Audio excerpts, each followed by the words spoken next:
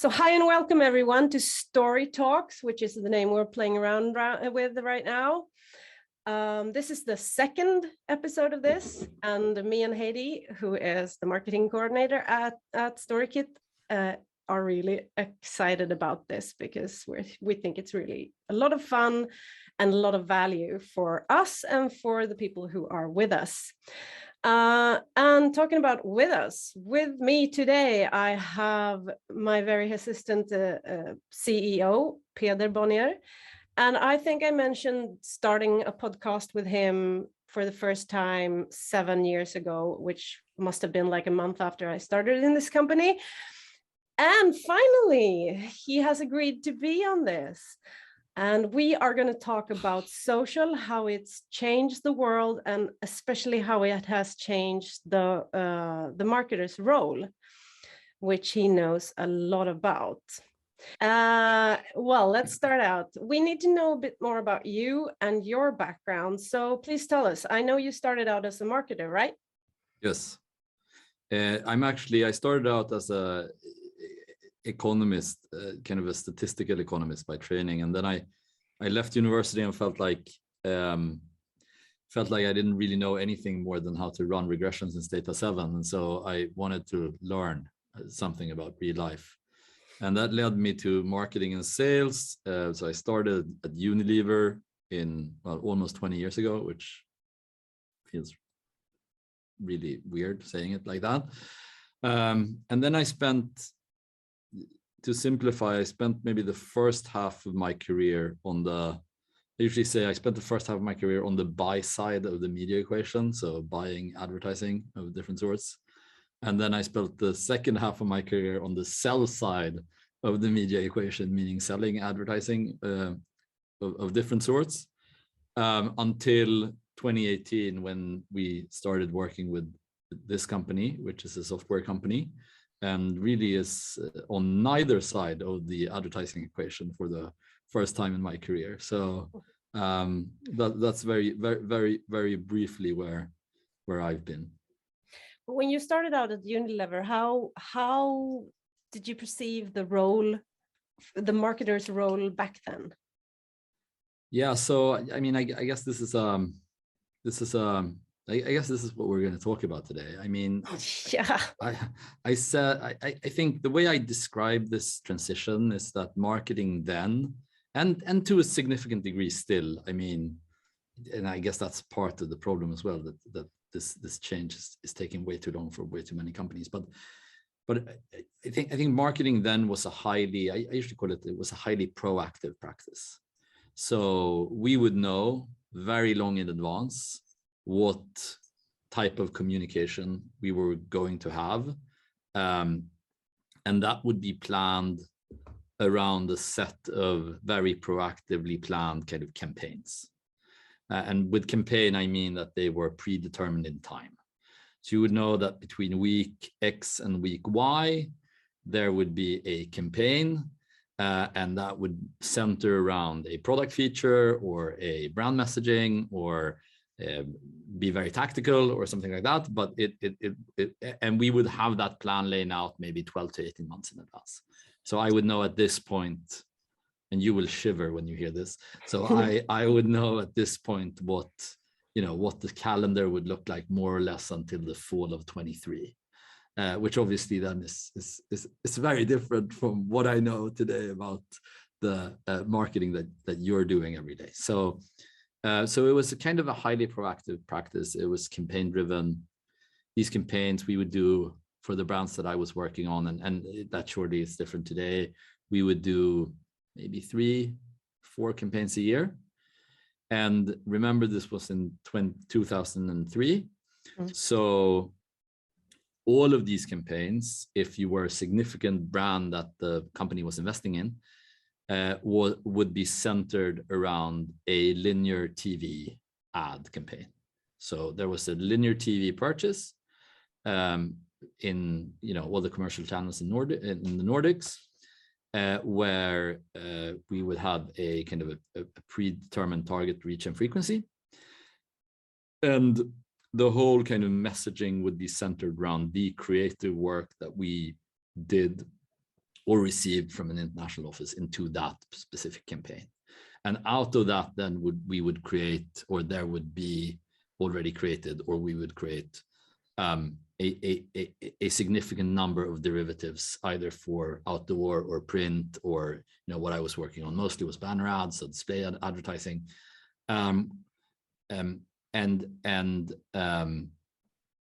but they would usually be centered around this central kind of 30-second TV spot. And with so I said we would create. There wasn't really anyone in the marketing department creating stuff. So agencies would be doing all of the work, all of the production work. And the marketing department was staffed with people with kind of my competency. So not really competent doing any type of creative work, but writing copy or like treating images or doing stuff like that. But rather like it was marketing was if I was mean, I would say it was a purchasing function. It was a function that was centered around planning and purchasing creative services and media, essentially. I don't know why that's mean. There's nothing wrong with being a purchaser, but that was the way we kind of we worked. Can I just ask you, because you're talking from a Unilever point of view, and that's a huge company and was back then. What did smaller or medium companies do back then as marketers? Yeah, so they didn't have Facebook by then. I think it's a good question. It's like I think the transition had already begun. This transition that hopefully we'll get to if I am a little bit more succinct. Because I remember I ended Unilever, the year I entered university, I left university. One of my friends also went to marketing, but she went to work for eBay. Oh. And I went to work for Unilever, and we didn't see each other for a year or two. And then we grabbed coffee and we like compared notes to what's your day like, kind of. And they were nothing the same.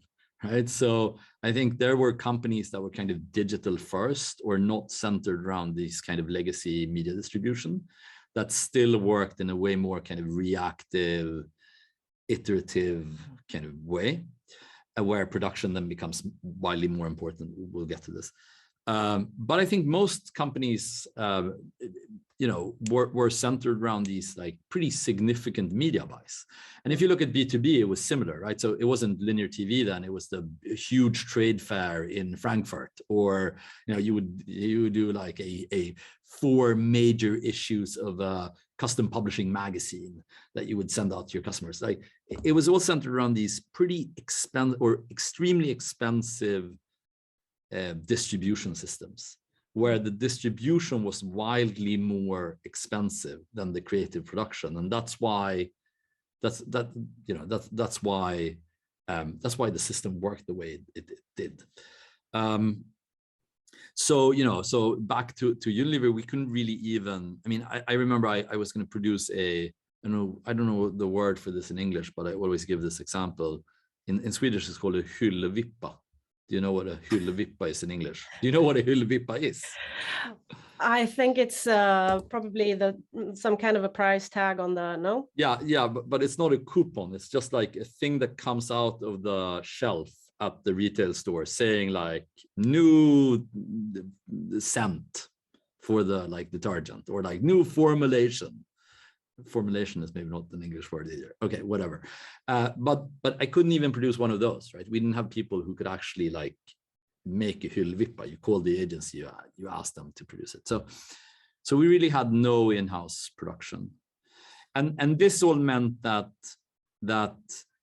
every creative unit that we would produce was wildly expensive, right? So a TV commercial could cost hundreds of thousands, some cases, if it was original production, in the millions of crowns, right? So extremely expensive production, but that didn't really matter. So that sounds really strange, but it didn't really matter. Of course it mattered. So, okay, I know I'm going to get pushback on all of these things, but in the grander scheme of things, it didn't really matter, because you amortize that creative production over a wildly larger distribution buy, right? So if you spent 1 million or 1 unit, one whatever, on making the ad, you would spend 15, 20, 25, 30 times more on buying the actual media space. And so out of the total campaign cost, distribution was a way larger component than creative production. And so becoming efficient in your production wasn't that important. What was important was that once you went live with the campaign, it was good, right? Or at least you weren't wrong, right? I when I'm in a fouler mood than today, I say, like, you know, traditional advertising optimizes for not being wrong, right? So the most important thing is when you put push the distribution button, when you start the campaign, you know that you're not going to fail, right? And so a huge amount of cost, like way more than I've ever seen in any other company I worked in, was put into market research, secret shoppers, focus groups, trial testing campaigns in smaller geographies before you bring them to large geographies. You know, like you would do a lot of things to make sure, you know, you'd send the material up and down the hierarchy. So like everyone was bought in, so that it was really no one's fault. It was bad, right? Everything was really optimized for knowing when you went live that something would work. And that made total sense because the media buy was so expensive. So you couldn't afford being wrong, right? You'd blow the entire budget on, you know, something that you were, you know, where you were obviously wrong. It didn't maybe incentivize enormous creative risk taking, but it did incentivize making advertising that worked. And so I think that was kind of the way that marketing functioned at Unilever at a very high level. And I say that with the utmost respect for this organization. That when I was there, it was the largest media buyer in the Nordics, and perhaps they still are, I don't know. And obviously probably one of the most sophisticated, you know, marketing companies in the world, essentially. So yeah. But this brings us to something that happened in 2013, a huge change that you pretty much just was standing in the middle of and could see it in front of your eyes. Tell us about that. No, exactly. So I really think it started in 2000, in the end of the 90s, right? It really started with digital. Yeah. And what's fascinating about digital and what was fascinating is that you don't have to be done, right? So you launch a website, and if something doesn't work, you can change it. Yep. And then, you know, you can keep doing that to make things better as they are live, essentially, right? It's not the structure where you make the ad or the video or the, you know, TV ad, you edit it and cut it, you post-produce it, you like do everything till it's done, and then you send it to the media agency and start like airing it on TV. Then it's really hard to change something, right? You're not, but with digital, it's this constantly iterative process. So I think that's the eBay story here, right? I mean, it's a difference between my job and my friend's job who was at eBay, was that they were working on this in this ethos of continuous optimization, where we really couldn't, because we were stuck in these 3-4 month cycles that had a due date, a campaign date. Yep. But obviously, I mean, I think, and the internet went through these 3 phases, right? So the first phase was this portal phase, where the way to discover something online when you woke up in the morning was surfing to a major portal. In Sweden, it very quickly became the tabloids, but in the US, it was obviously the sites like Yahoo or AOL, and these sort of portals existed everywhere. It was a gateway to the internet, right? It was a way to start to find content, find things that were relevant to you, and that were more or less highly curated or edited by, you know, a personal human being. Then obviously, you know, the smart people in the US invented a way better way to discover relevant content on the internet, which was to search for stuff and they get relevant results that you could click on. And already then, there was this fascinating notion that anyone who answered search queries in a relevant way, independent on if you were a commercial actor, like I want to sell screwdrivers, or if you were an editorial actors, I want to talk about the best screwdrivers on the market, or if you were a perfectly normal human individual who likes screwdrivers and likes writing about them, right, in a blog, right? Independent on that, distribution started becoming democratized, meaning that if your story on screwdrivers was the most relevant and the very best story available on the market, you would get the search results, like you would get the traffic, you would end up on top. And then, you know, obviously because the other side also wanted to make money, they figured out ways of promoting your results, or, you know, buying ads to get more distribution if you could pay for them. But still, there was this highly organic component to search where if you were really good, if you had a really, really great result, you would get the traffic without paying anything. Just by nature of what you had produced had quality. And quality here, you know, in the early days, it was highly gamed. There was kind of technical SEO type arbitrage play. And then over time, you know, as the search engines became better and better, quality started to really mean quality. Like, is this a meaningful search result for me? And it meant that anyone could get that distribution, and you didn't have to pay anything, right? You didn't have to go to someone who had distribution, meaning a newspaper or a TV channel, and say, we want a free ride on your eyeballs here, right? You could attract the eyeballs yourself just from being good, right? From being relevant.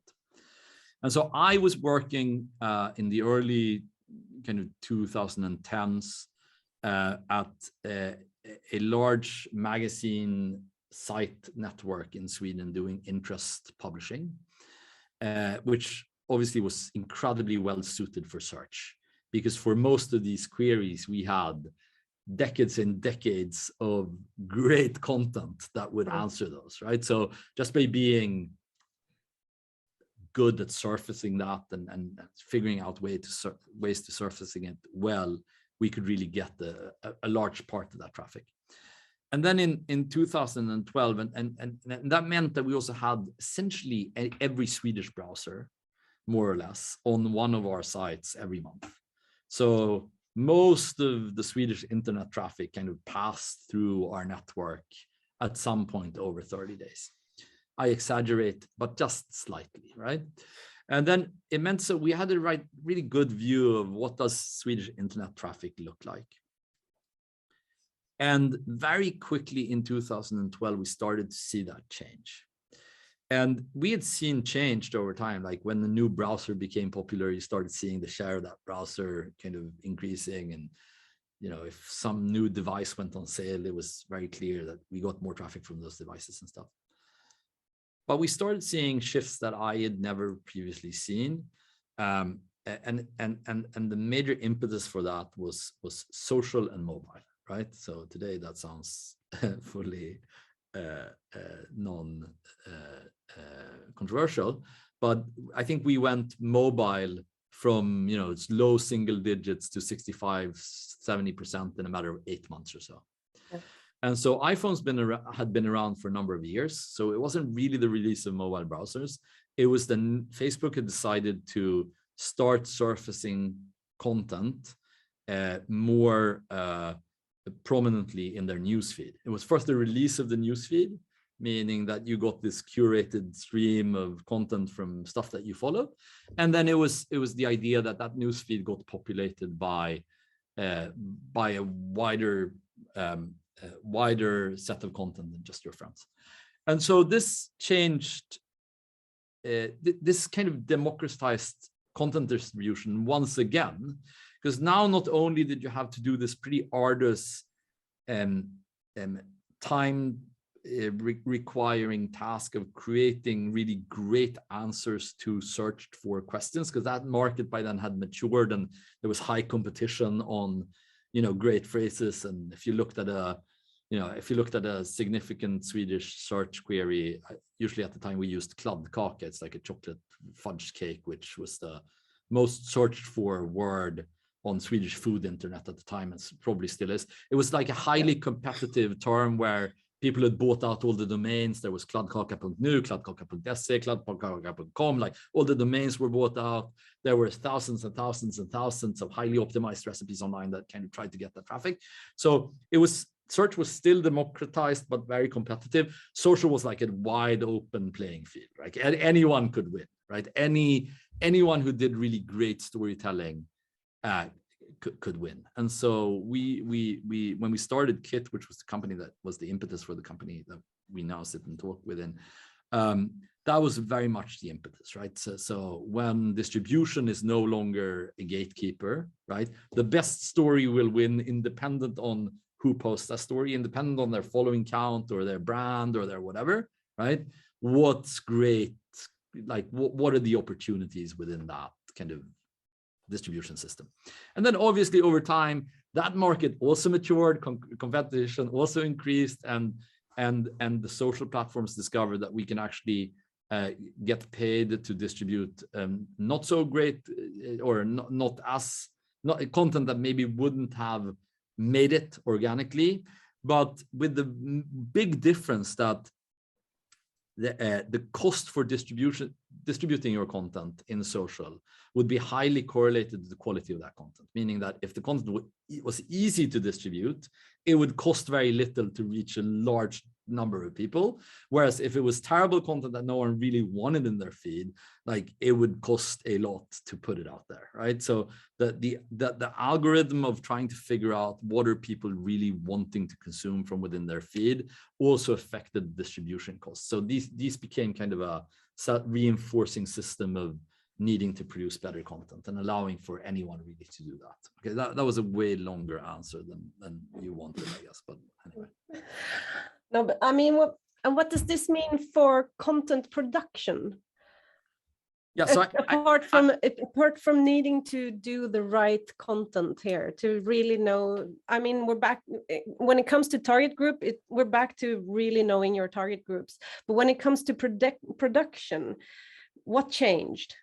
Yeah, so I think this entire kind of, I'm going to try to tie this together now. So this entire, journey from early kind of internet being able to optimize real time into the system where we are now, where distribution, your total distribution for the content that you produce for a brand is widely correlated to the quality of that content, but also to the volume of what you're producing, I think really changed everything for marketers and communicators. I mean, I don't really think that any of the processes or systems, organizational systems or routines that you apply to 3 TVC campaigns per year apply to, winning the feed, if you will. I think these are 2 completely separate games. And I think if you look at market, I look at your organization, right? So it's good to look at yourself, right? So look at your organization. I mean, if I asked you to run 3 major TV campaigns per year, I assume, you might be a total savant here, but like I assume that you would have no idea where to start, right? It has nothing to, like, it has nothing to do with what we do that we call marketing, right? Or even like, let's do a custom magazine for our, like, anything that really required the use of external agencies for production is just totally alien to your DNA, right? And I think that's, and I think it's the same if you look at B2C. So if you look at really modern, progressive B2C marketing companies, it's very similar, right? So what's happened is that you've gone from this proactive world to, what I meanly call a reactive word. That word has a negative connotation, but it really isn't. Really don't mean it in a negative way. What I mean is that you're publishing, what you publish tomorrow will be reactive both to what happens tomorrow, but also to what happened today, right? It's this continuous, like, iterative optimization game of learning from what you're doing. so it's gone kind of from proactive to reactive. It's obviously gone from like a single, dominant channel, TV ads and linear TV, to everywhere. You can't reach your reach and frequency targets in a single channel anymore, right? You need all of them. So that puts incredible demands on just the breadth of your production. There's also this shift from campaign to always on, right? So it's ridiculous to say I'm going to be on Instagram 3 times next year, once in February and then again in the summer, and then maybe we'll do a brand campaign in November, right? I mean, like this is just obviously not how these would be fun to see. Yeah, exactly. But you laugh, right? But this is the way that most marketing is still planned. So I mean, you should just you should just also remember that it's not. I'm not talking about like, the 19th century here and like the distant past. I'm still talking about now, more or less, right? And so you've also gone to this always on situation, which obviously means that you have to produce every day, right? So you have to keep publishing, keep producing every day. And everyone understands that if you produce not for 1 channel, but for 10 channels, and you don't produce 3 times a year, you produce 300 times a year, that's exponentially more units of production. And so if you want to do that, and this might be a subtle point, but if you want to do that on marginal cost, meaning that every unit costs you something more, so one more thing is associated with one more cost, like that will never work. You have to take everything into, to average cost, meaning that you have to have it on your payroll, because then I can say, Jonna, you should really do 2 more things today. And you will say, yeah, I know we should. And that's not, those 2 things, those 2 particular units don't cost anything else. Then obviously it's a step function, because at some point you don't have enough resources, you have to increase your average cost. Okay, so that means that has led to this whole in-house trend, right? So you move a lot of production from agencies to your own organization to get out of this marginal cost argument. But it's not enough if your culture and strategy and production system is still similar to what you had before. So internally, I always say this, I hope it's true. Now I have you in the room, I don't want to be called out, but like I always say, I don't think I have a single time seen a piece of marketing material, organic or purchased, that Heidi or you have produced before you've published it. Oh, I don't think we've been in a situation where you've come to me and said, this is what we're thinking, right? Which in terms of I have given it to you, and then afterwards you said I didn't read it, so yeah. Okay, so and the reason for that is because the risk in this world, in this production system, is not to be wrong anymore. Wrong is costless. If I produced a shitty post to promote this webinar, right? So what did it cost me? It cost me the 10 minutes to produce the post, right? Which was,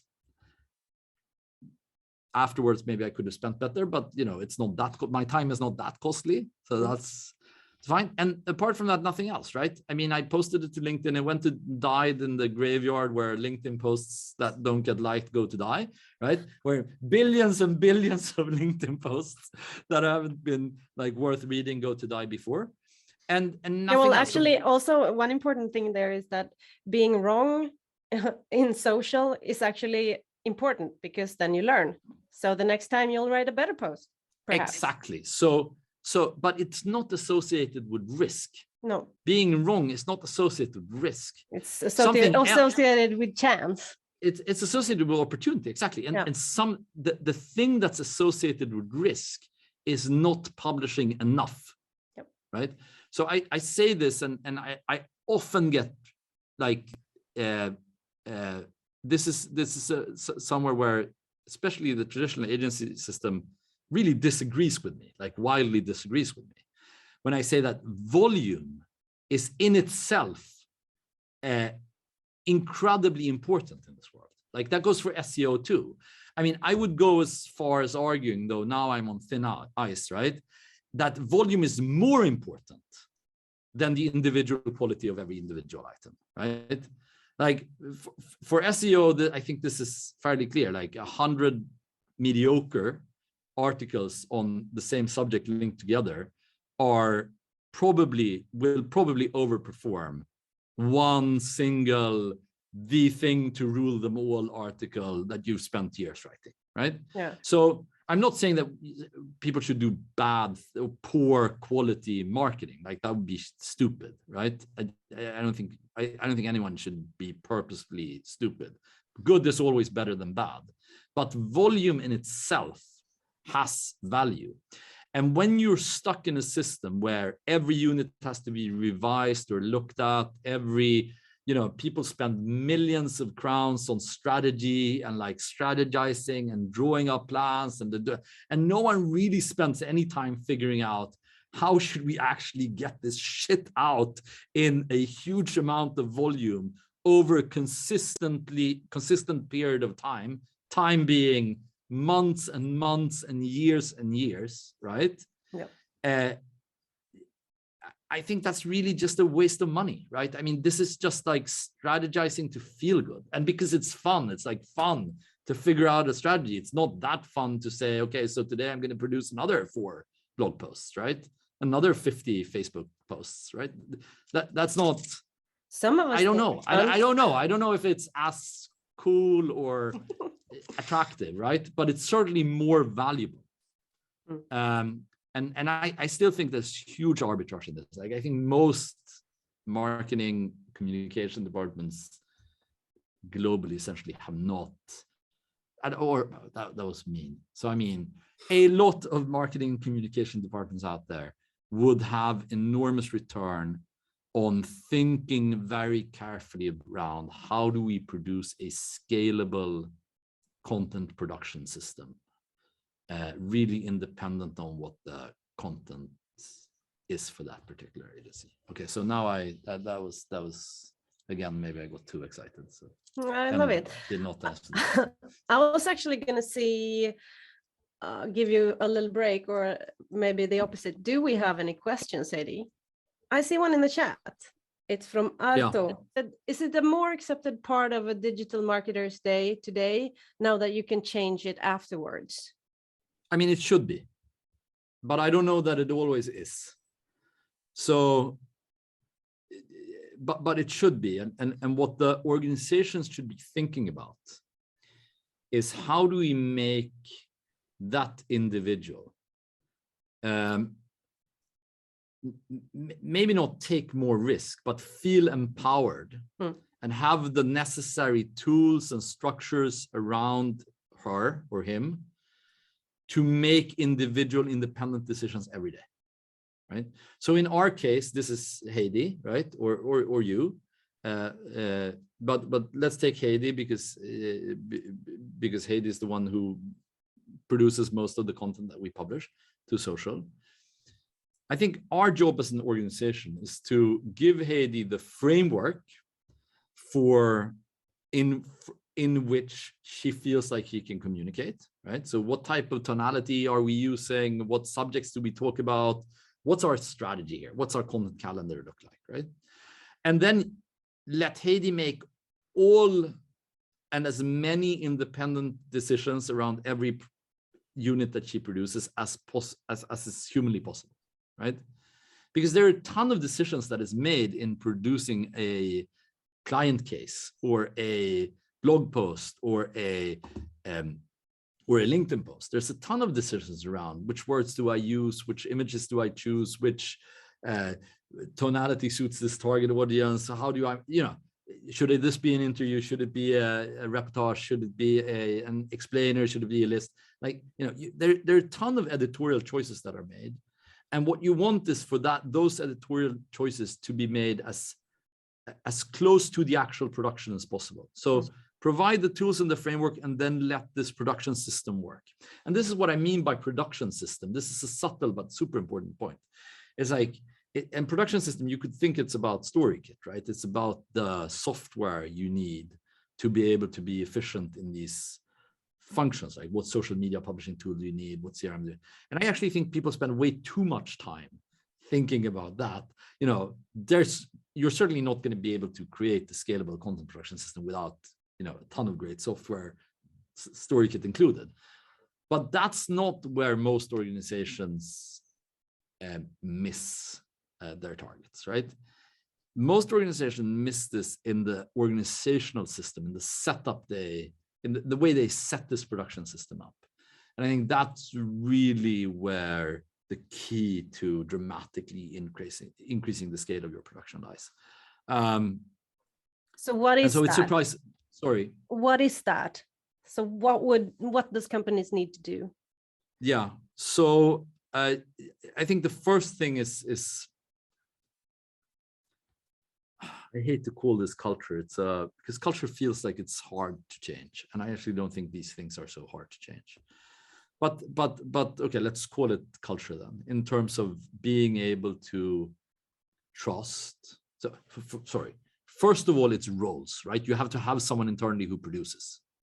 So you'd be surprised how many marketing, well, you wouldn't, but a lot of people would be surprised how many marketing organizations you go to and you're like, who's the, and there's a strategist X, there's a demand gen Y, there are all of these roles in the marketing department. And it's like, but who produces the content, right? Where's the production person? Who writes the words, right? Mm-hmm. Who chooses the images?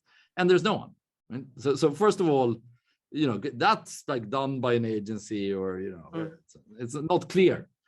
So the first thing is organization, right? You need production people. You need people who can write. You need people who are journalists or copywriters or trained storytellers, essentially.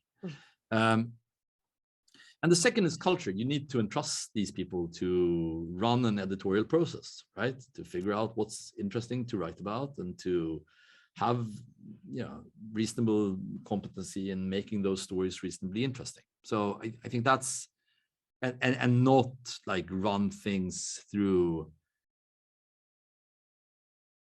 proofing in hierarchies that kind of slows everything down, right? The person who writes should really be the person who can also publish. Yeah. And I think the third thing is, we tend to call it formats. I don't know if format is an actual term here, but is to figure out storytelling concepts, if you will, that scale, right? So I think about this very much in terms of a magazine. So when you read a magazine, paper magazine, I mean one of these that you've seen in your life if you're over 30. Okay, that was mean. So I'll take that back. We'll edit that comment out. But when you read a magazine, you recognize yourself, right? As a reader, you go, that in the beginning there's like a few pages with the products and product reviews or something, and then there's the big interview, and then there's something in the if you love the magazine, if you read it often, you recognize the structure, and that's because they are determined formats. It's like we always have the flagship house in the Deco magazine on page 40 to 46. Like it's always a six-page spread.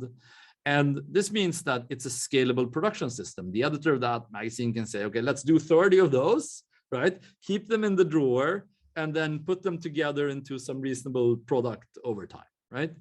And in digital, suddenly people have stopped thinking about editorial concepts or editorial formats. And you instead think that every time you make a blog post, it should be something completely new. And that scales very poorly. So I think that the third thing, or if I was at the fourth, I can't remember, is to think about those formats. And it really isn't that hard, right? I mean, most B2B companies the same. It's like it's a customer, B2C as well. It's always some sort of testimonial format, right? You want to hear from your customers. They want to let your customers tell your story in some way. And you can format that down all the way down to like, we should tell it in this way, which requires us to gather this information from our clients. You can make this as scalable as possible, right? Or you can leave a lot of room for the person producing or the editor to make those decisions independently every time. And the more room you leave to the person producing it, the less productive you will be, right? If you're supposed to do 1,000 customer reviews per year and you only have one person doing it, it has to be fairly structured to get to the point where you can actually like churn that out. But that's just structure, right? That's just ex ante work. And you can decide how scalable it should be, but you have to get to this point of formats, concepts, templates, whatever we call this, right? And it's different every time. So I think you also have to go there. And I think that's what an agency would call strategy, essentially. And then you put those templates into a plan, right? Mm-hmm. So you put those templates into something that we call a content calendar, or a publishing calendar, or a marketing plan, or some sort of temporal plan. And you fill them in as empty containers. You say, we're going to have 3 of those every week and 2 of those every week, but we're not going to know what the 3 or the 2 are until we get there in the calendar. Yeah, so it's not harder than that. That was very concrete, but that's where I think you should be. Yeah, I think that's really true. It seems like this is quite painful for organizations to do this change. Why do you think it's so painful? Yeah, I think it's because of the reskilling issue that we talked about before, right? I mean, yeah. I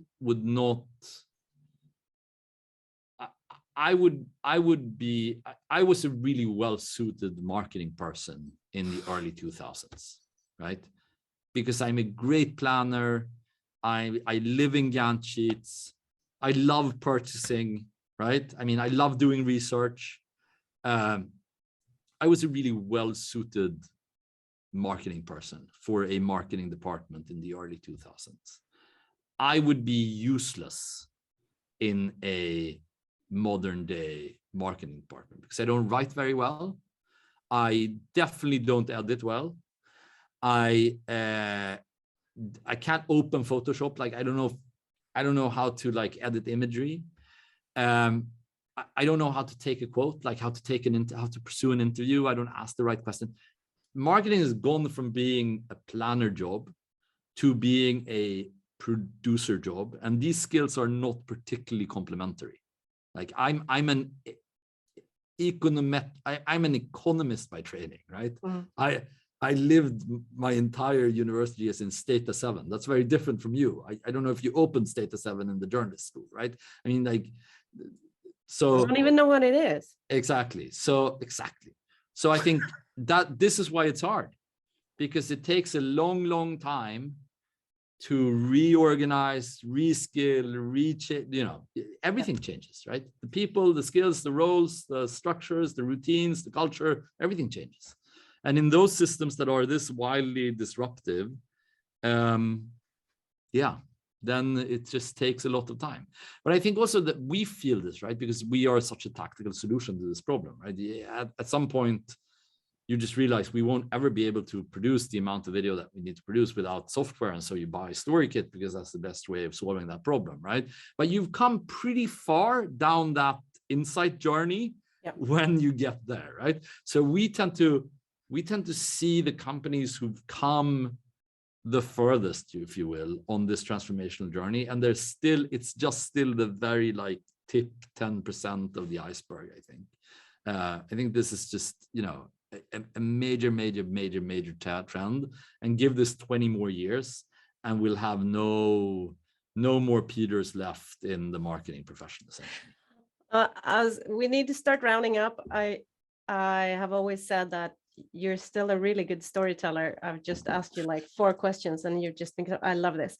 But I was going to ask you on that point, we're not saying to companies that they should just start throwing spaghetti on the wall and see what sticks. I mean, there is still use for the skill sets that you have, like the research, the Gantt sheets, so how, where and how do we combine those?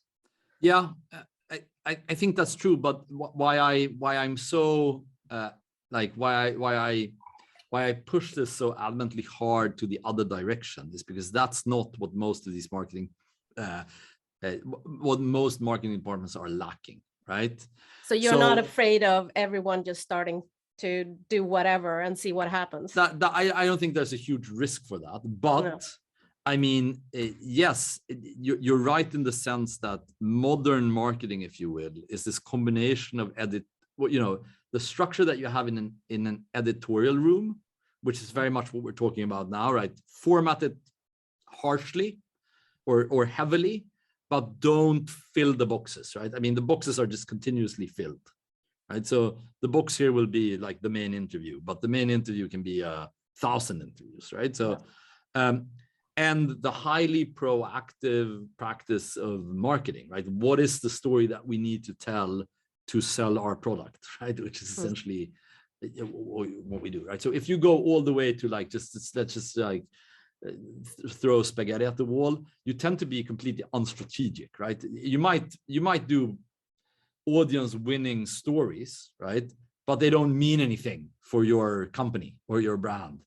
And so that's also completely useless, obviously. So it is this combination of first trying to figure out which are the type of stories that we want to tell, but make that job to the point where the container is very rigid and you have trust in the idea and in the container, but where the storytelling itself is very fluent and very, very quick, right? I mean, so this is I guess what's hard for a lot of, but it's way harder to approach that from the process of being an awesome planner and not being particularly interested in actually making the story than to being really interested in doing the work, so to speak, and then like roll it back to, are we doing what's right, and like how do we put more structure on top of our organization? So yeah. Good. I was going to see with Heidi if we have any more questions rolling in. They're rolling in. We have one actually. If we could circle back to the thing that you said about being the decision maker and being the publisher, the content producer. We got a question from Sophia. She's asking, what's your thoughts on optimally divide the skills between persons in a marketing team? Meaning, is it more important to have one person be multi-skilled within digital marketing, or is it better to have that separated by individuals? Good question. I think it's very hard to do everything that needs to be done. I think it's very hard to have like all of the skills, like to find these like Swiss Army knife type individuals that are great writers or great copywriters or storytellers and are really great at like, you know, optimizing distribution, for example, which is, or optimizing media buys in the same individual, because they are very, very different types of work. So, you know, if I had to choose, I mean, there are certainly exceptions to the rule here and all of that, right? And my truth is not the truth, and so on and so forth. But my preference is to generally staff marketing with specialists over generalists. So people who are incredibly good at doing, you know, what they do as a trade, rather than to have everyone do a little bit of everything, because a lot of these things require pretty specialized skills. As I said, like I would never, you know, well, I can't do any of these jobs, right? I can't buy Facebook ads, I can't, or LinkedIn ads, I can't write blog posts, I can't, you know. So I do think that generally speaking, it's better with specialists over journalists, but it's